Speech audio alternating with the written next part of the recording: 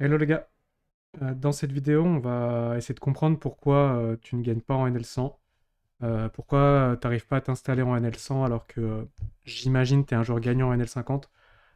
Si jamais tu veux t'installer en NL100, en tout cas je vais partir de ce principe-là. Si jamais t'es pas gagnant en 50, évidemment, c'est logique, redescends plus bas, sois déjà gagnant en 50 et ensuite tu pourras réfléchir à t'installer en 100. Donc avant de commencer, je vais vous représenter pour ceux qui ne me connaissent pas mon parcours.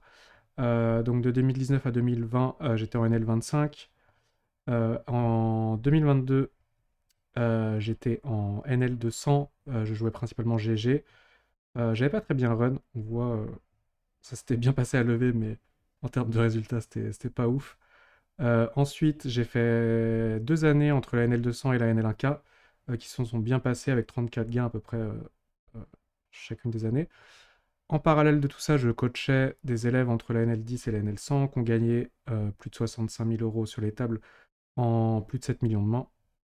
Euh, Ensuite, l'année dernière, j'ai remonté un CFP de joueurs entre la NL50 et la NL200 qui s'est bien passé, avec un début un peu compliqué. Ensuite, ils ont bien gagné sur les 5 mois. Ils étaient 3, dont ce joueur-là, euh, du coup, où j'ai mis sa courbe. Et j'étais aussi coach et cofondateur de Win, pour ceux qui connaissent, entre 2019 et 2024, et coach Poker University euh, en 2023-2024. Voilà. Alors, pourquoi vous n'arrivez pas à gagner en NL100? Déjà, c'est une limite qui est compliquée, c'est normal, parce que c'est la limite, le début de la limite où on peut devenir pro. On va dire c'est entre la 50 si on fait un gros volume et la 100. Si on est bien gagnant en 100, on commence à être pro. En tout cas, pouvoir imaginer être pro. Donc c'est normal que ce soit une limite assez compliquée à passer. Déjà, premier point, je pense que c'est important de le redire parce que on est souvent à la course à... Enfin, j'ai l'impression qu'on est souvent à la course à monter les limites le plus vite possible. On voit toujours des histoires de gars qui ont monté en un an, qui sont montés ultra vite. Mais en général, ça prend du temps et c'est normal. Et la NL100, c'est un palier qui peut être relativement complexe. Perso, moi, c'était la 50 qui m'a posé énormément de problèmes, mais une fois débloqué ce cap de la 50, je suis passé assez vite. Mais pour d'autres joueurs, ça peut être cette limite-là. Euh, alors, le premier point que je vois, que j'irai analyser chez un joueur, ça va pas être sa technique, ça va être sa macro-gestion en premier. Macro-gestion, donc ça, c'est toutes les à côté du poker, enfin, c'est tout ce qui est hors technique. Et là, je pense qu'il y a vraiment... c'est vraiment une partie très très importante du win rate et qui peut différencier, euh, qui peut faire le tri entre les joueurs. Donc, macro gestion, il va y avoir tab select, room select d'abord. Room select, quel room vous jouez? Euh, Évidemment, si vous jouez la room la plus réquée possible, ça va être compliqué. Si vous jouez une room sans joueur récréatif, ça va être compliqué. Si vous jouez la zoom, ça va être compliqué, etc. Donc, room select, et ensuite, je l'ai dit, tab select. Dans le tab select, je dis pas. Évidemment, il y a le fait de toujours renouveler ses tables, aller chercher des tables assez belles. Euh, mais il y a aussi quel type de table je jouais, donc je l'ai dit un peu tout à l'heure. Il y a la Zoom, il y a, la 9, il y a les 9 max, il y a les 6 max, il y a les tables Inco sur Wina. euh, il y a les tables, si vous jouez GG, il y a des tables avec Ante, en cash game, etc., etc. Donc déjà, quelle table? Il y a des 3 max aussi. 3 max, HU. Donc déjà, quelle type de table vous allez choisir? Donc, a priori, si vous voulez les tables les plus faciles, ça ne se situe pas en général en 3 max ou en HU, quoique, mais ça se situe en général sur des 9 max ou des 6 max. Mais tout ce qui est zoom, 3 max, HU je connais moins, j'avoue. Euh, mais en tout cas, tout ce qui est zoom, etc., c'est une erreur classique de vouloir être le meilleur et performer sur des tables trop dures. Et au final, ça fait stagner parce que vous gagnez rien. ça engendre de la frustration. Ok, vous progressez techniquement, mais évidemment, il y a pas, y a pas que la technique qui compte. Et la macro-gestion, c'est vraiment un point important. Donc, euh, donc voilà. Niveau macro-gestion, il va y avoir... je sais ce que c'est, mais je sais pas trop comment encore le formuler. Euh, tout ce qui est concentration. C'est pas vraiment la concentration, je vais essayer de vous l'expliquer le plus clairement possible. Euh, je vais vous donner un exemple. Imaginez, vous êtes un fou du tab select, c'est-à-dire vous êtes tout le temps le nez dans le lobby, en train de regarder s'il y a des belles tables, etc.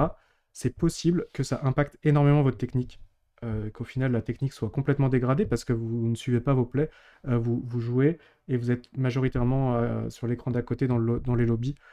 Euh, c'est plutôt un bon réflexe de faire ça, mais faut pas en oublier aussi de bien jouer. Donc la concentration, le focus in-game, ça va être assez important.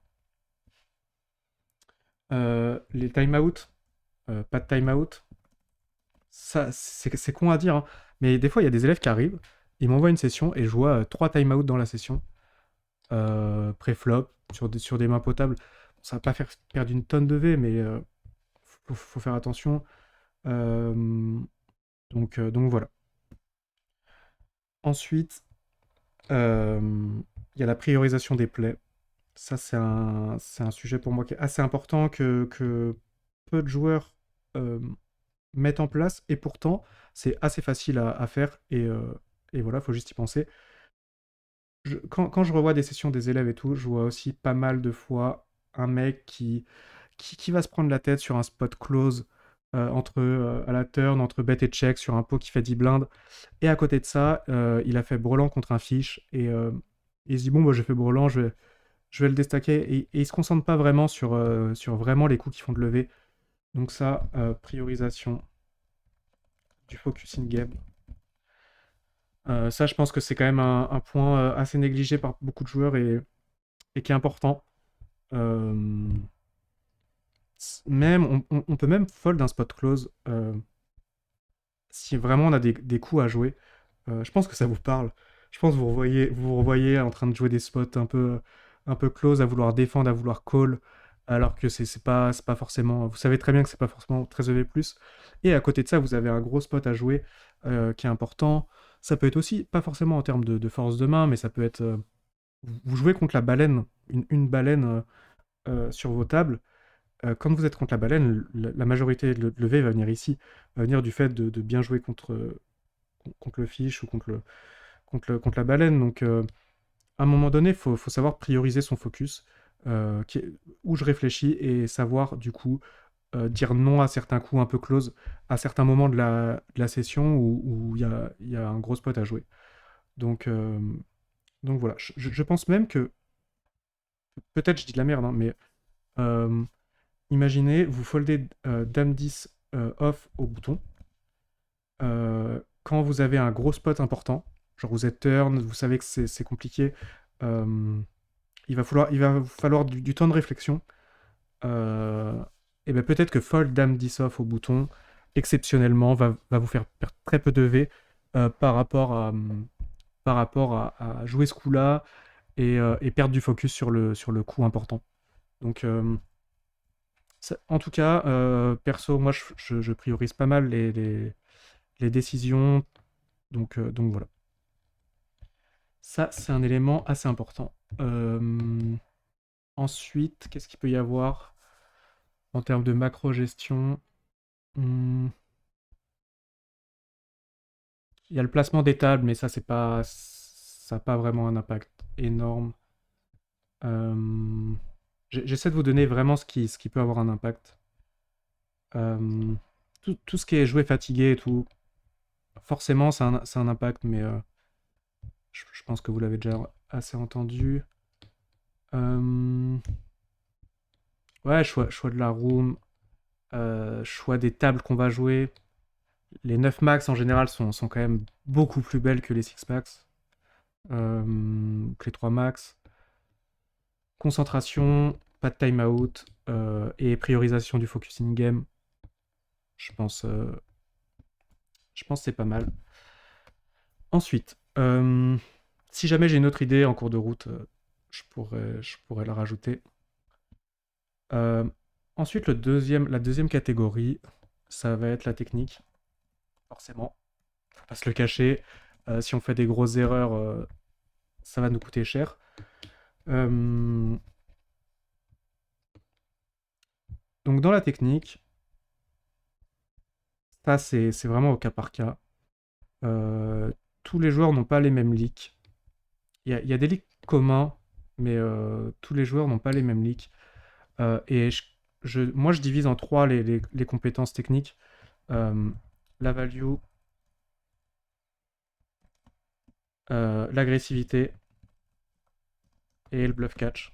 Ça va être, ça va vraiment être les trois piliers techniques sur lesquels en général, je vais juger le niveau de jeu de mes élèves ou mon niveau de jeu aussi. Donc, savoir value, quand pas value, quand value sin, etc. Savoir quand agresser, donc quand bluffer, quand ne pas bluffer, quel size faire, quel spot prendre, etc. Et aussi savoir bluff catch. Il y a beaucoup de joueurs qui. Et on en a tous, mais il y a beaucoup de joueurs qui ont des fausses croyances et c'est sûr qu'on en a tous là-dessus. Euh, donc, si vous essayez de passer la NL100, c'est que déjà vous avez des bonnes bases techniques en NL50. Enfin, déjà, c'est que vous avez des bonnes bases tout court au poker, parce que battre la NL50, déjà, c'est pas simple. Donc, ça prouve déjà que vous avez un jeu plutôt solide. Euh, le cap de la NL100, on va dire, c'est forcément une marche en plus, et donc il va falloir être un peu meilleur dans les trois piliers, à part si vous avez vraiment une compétence, vous êtes très très bon, soit en bluff catch, soit en agressivité, soit en value. Bon, la value, c'est assez rare d'être bon en value, parce que en général, tous les joueurs value à peu près pareil. Enfin, genre, c'est rare que je vois dans le pilier value un joueur qui fait complètement quelque chose de différent des autres. Ça peut arriver, des petits induce, un joueur qui préfère induce, un joueur qui préfère toujours value cher, un joueur qui préfère jouer tricky. Non, non, c'est vrai qu'il y a quand même pas mal de choses. Euh, L'important, c'est de choisir le spot et s'adapter au profil. Ça va toujours être ça. Il y en a contre qui jouer tricky, ça va vraiment pas marcher. Contre d'autres, ça va vraiment très bien marcher. Et il y a jouer contre le pool aussi.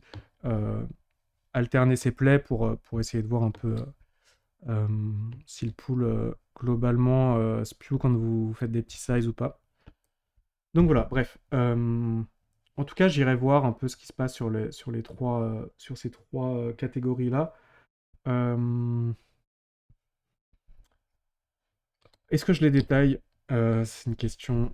Est-ce que je les détaille dans cette vidéo ou pas? Je peux, en tout cas, En fait, ce qui est commun, je ne vais pas forcément détailler, mais ce qui est commun, c'est le manque de le manque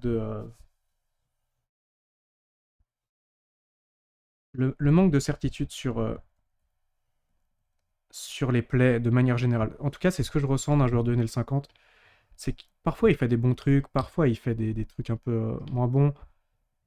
Mais en fait, un joueur de NL50, j'ai l'impression, a quand même pas mal de mal à s'auto-juger, à essayer de, même plus haut, hein, mais notamment en 50, vous avez pas mal de mal en général à vous auto-leak-finder, c'est-à-dire à essayer d'identifier si c'est une grosse erreur, une petite erreur, etc. Quelque chose que je vois très très souvent, c'est c'est des joueurs qui disent là j'ai spew. En fait, ils ont perdu un gros pot, et du coup ils disent j'ai spew. Et en fait, bah non, c'était pas si horrible que ça. Et en fait, apprendre, je pense que apprendre déjà, le premier conseil que je donnerais, c'est apprendre à quantifier la gravité des erreurs. Est-ce que vraiment c'est un spew? Est-ce que vraiment c'est un spot close? Est-ce que, voilà. Essayez de quantifier vos erreurs. Gros spew, spew, erreur et spot close. Et ça veut pas dire grosse perte, évidemment, ça veut pas dire grosse perte d'argent, grosse pew. Ça marche pas comme ça. Donc, généralement, ce qui coûte cher, c'est ça. C'est les deux premières catégories, évidemment. Plus elles se répètent, plus ça coûte cher. Mais les grosses pews et les spews, même ça peut être dans les petits pots, hein. Un gros spew peut être dans un pot de 20 blindes. Si vous loupez un bluff ultra gagnant, moi je le considère comme un gros spew. Si vous loupez un bluff catch super gagnant c'est pareil, hein, c'est un gros spew. Donc l'idée, ça va être de gommer, ça va être de s'intéresser à ça en fait, aux grosses pews et aux spews. Je vois énormément de joueurs comme d'hab, hein, mais se prendre la tête sur des EV très close. Euh, genre, il y a deux plays possibles. Est-ce qu'on fait trois quarts à la turn contre le fish ou est-ce qu'on pote alors qu'on a top pair, top kicker? Ça va être. Ok, ça peut être une erreur, mais c'est pas un spew. C'est pas ça qui va générer un win rate. En général, ce qui va générer un win rate ou ce qui va le dégrader, c'est les grosses spews et les spews.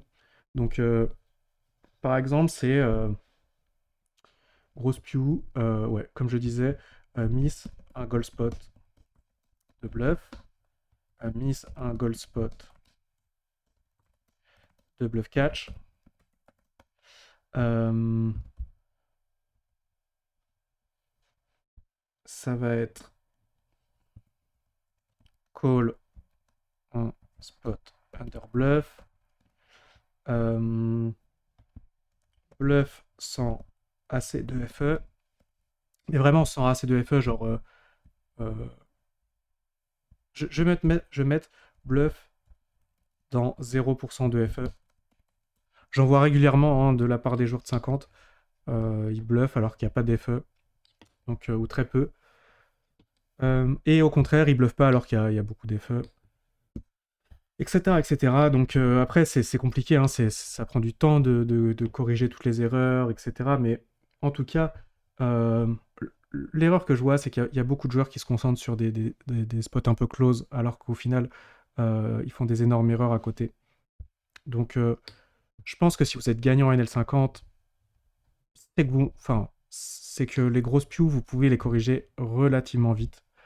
Euh, je dis pas en une semaine, mais pour moi, si vous êtes gagnant en 50, si vous avez un bon process, en un mois, 2 mois, vous pouvez passer en 100, je pense. Enfin, c'est... La frontière est pas très loin entre gagnant en 50 et gagnant en 100. C'est juste que parfois, voilà, c'est un problème de macro-gestion, c'est un problème de gros spew, de spew, mais que vous voyez pas forcément. Et vous avez l'impression de progresser parce que vous corrigez beaucoup de spot close, beaucoup de spot close. Vous ajustez, vous prenez la tête, vous réfléchissez avec vos collègues de travail, votre groupe de travail, et en fait, vous passez des heures à parler d'un spot close qui a pas trop son importance. Évidemment, mis bout à bout, ça peut faire une petite différence, mais vraiment, voilà, savoir identifier d'où vient le V, et voilà. Euh, Bah, typiquement, un gros spew, c'est jouer une table full reg. Reg, ça, c'est quand même un bon spew. Euh, Ouais, en tout cas, pour parler technique, ça va être principalement ça. Et forcément, il y en a d'autres. J'ai pas tout en tête. Donc voilà. Euh, je pense qu'on a fait le tour. L'adaptation, enfin, forcément, hein, tout ce qui est value, agressivité, bluff catch, ça va être de l'adaptation aux joueurs. Mais ouais, enfin, ce que je ressens des joueurs de L50, c'est qu'ils sont pas trop sûrs. Est-ce que je bluffe? Ah, je suis pas trop sûr. Est-ce que je value? Je suis pas trop sûr. Alors qu'au final, si le spot est close, on s'en fiche un peu. Value, check back, ça va pas générer une EV énorme. Et il y a un concept que je peux vous faire un schéma euh, pour illustrer ça.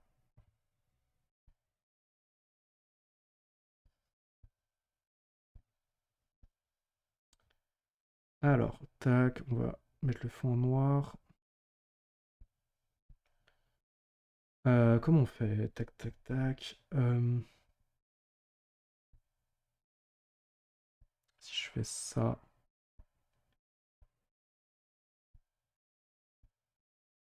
Alors, en général, la courbe de V. en fonction des sizes. Donc je vais mettre ici les sizes. Donc ici 0% pot, enfin check. Et ici all-in.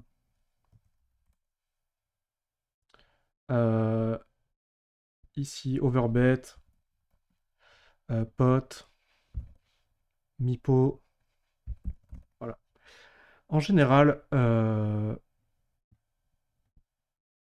il y a vraiment des exceptions, mais faudra qu'on voit. Mais en général, lever, elle varie.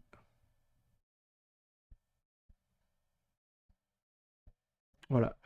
Dans la grande majorité des cas, lever, elle ressemble à ça. Ou, enfin, ça peut être aussi ça. Mais ce que je veux dire, c'est qu'il n'y a pas de fracture. Genre, ça va rarement faire ça. Tac. Et ensuite, ça. Si on trace levé en fonction, ici levé en ordonnée, en fonction des sizes, ça va rarement, ça va rarement avoir une tête comme ça. Parfois contre les fiches, ça peut avoir une tête euh, comme ça, notamment en bluff, euh, plutôt comme ça. Enfin, levé très négative ici, tac, voilà, comme ça. Ça peut ressembler à ça en mode tout ce qui est en dessous de pot, si vous bluffez en dessous de pot, il va toujours vous payer, donc vous allez toujours perdre votre mise. Et tout ce qui est au-dessus de pot, il va folder. Et ensuite, ça se dégrade un peu parce que votre risk reward est moins bon, par exemple, plus vous faites cher.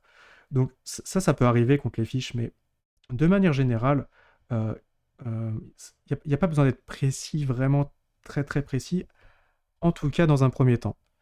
Si vraiment vous maîtrisez bien tous les spots, là il va falloir être précis. Mais, euh, mais les sources de V il y a quand même beaucoup de play close.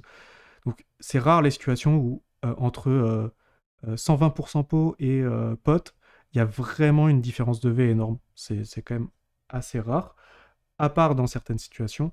Euh, mais voilà, si vous ratez votre size, bon.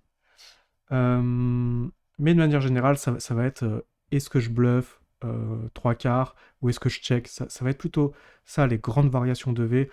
Ça va être entre deux grosses options majoritaires. Donc voilà. Bon, je ne veux pas généraliser à tous les spots, comme vous l'avez compris, mais je vois souvent des joueurs se prendre un peu la tête un peu pour rien. Peut-être que vous vous reconnaissez là-dedans. Et voilà. Bon, en tout cas, j'espère que il y a au moins un élément que je vous ai dit qui vous a parlé. Euh, Soit sur la macro-gestion, soit sur la gestion des erreurs, etc.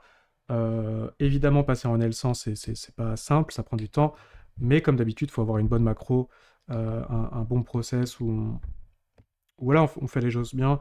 Si vous voulez passer en NL100 et typiquement, ça me vient en tête, mais si vous voulez gagner en NL100 et que vous parlez que avec des joueurs de NL50, bah ça va pas le faire.